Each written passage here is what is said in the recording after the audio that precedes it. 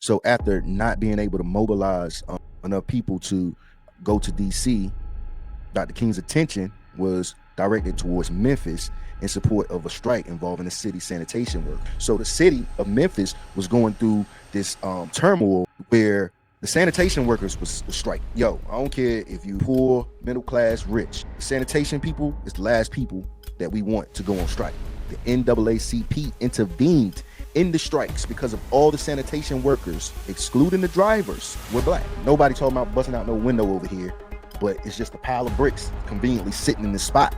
You got one person just rallying up, galvanizing, here to bring chaos. Reverend Abernathy stopped for a moment. Dr. King walked out onto the balcony. Jones advised Dr. King that he should put on a top coat. It was cool outside. Jones heard a sound, which he thought was a firecracker, and Dr. King fell to the floor of the balcony. Jones immediately called for help. They were following Big in LA up until he got shot. Following Pop since he was a baby up until he got shot. It was following Martin, Malcolm. All of these people they were following up until they got shot. 5 paid confidential informants provided intelligence regarding the racial situation to the Memphis field office on a continuing basis. 5 paid confidential informants. Hold on, a box containing a rifle and you kept going? So it sounds like this dude seen a rifle and kept with the witch hunt. Yo, who is this nut that ran past the gun that initially seen the gun? You running around with your gun out, see a rifle, and keep going. Sound like he was a smoking mirror. He was out there acting like he was doing police work. All the while, he probably seeing the people get away. This guy, Galt, this Galt guy, from what I read last night, this Galt guy is actually James Earl Ray. So mind you, Galt is James Earl Ray, and he was living as Galt under the alias Galt in Los Angeles. But the story is going to get even crazier about James Earl Ray, which I didn't know. I didn't know this about James Earl Ray. I mean, this definitely confirmed it for me that James Earl Ray was not working alone. Starvo Galt was James Earl Ray. The investigation was redirected to a search of Ray's whereabouts since the time of April 23rd, 1967.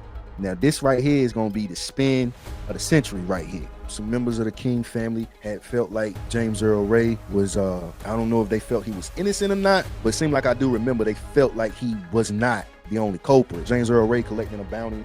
It was some kind of bounty of 100,000 on King. Another bounty of $1 million on King. Some was rumored as high as $1 million. Somebody had that much access to wealth to be able to move around. Come on now. Man, I swear, these people must think we slow. They might have gave him 20 up front, 30 up front. Round trip airplane ticket. Now, this is after the killing, after the assassination. He got round trip Toronto, and that's like equivalent to $3,000 round trip. So he got back into Canada. You got the call to go ahead and act on what you did. They set you up, put you in this room, blah, blah, blah. You know what I'm saying? And you act on it, and then you get back, right? You get back out of the country again. And the last words he said to this was, "Okay, Jonesy, I'll get my top coat." And I heard this thing say, "Pow!" And I honestly thought someone had thrown a firecracker into the air. And I looked around to rebuke whoever was that stupid. And I heard something, and then I heard Jesse Jackson say, he told me, "Jesse, take our people onto the mountain."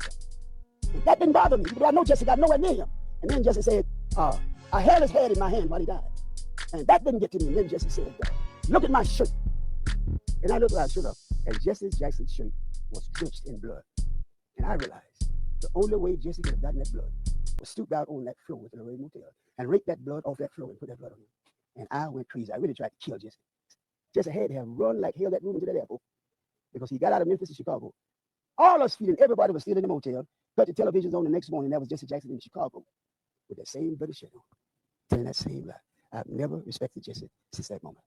Yo, subscribe to the channel. You know what I'm saying? Now I'm moving this needle. And if y'all want me to keep being able to bring this information out, I'm going to need to have, you know what I'm saying, my subscribers, you know what I'm saying, show love, turn me up. Shy, the non-ether reaper, Rico the initiate, Mike the minister. This is Matrix Unlocked, baby. Until next time, we'll see you.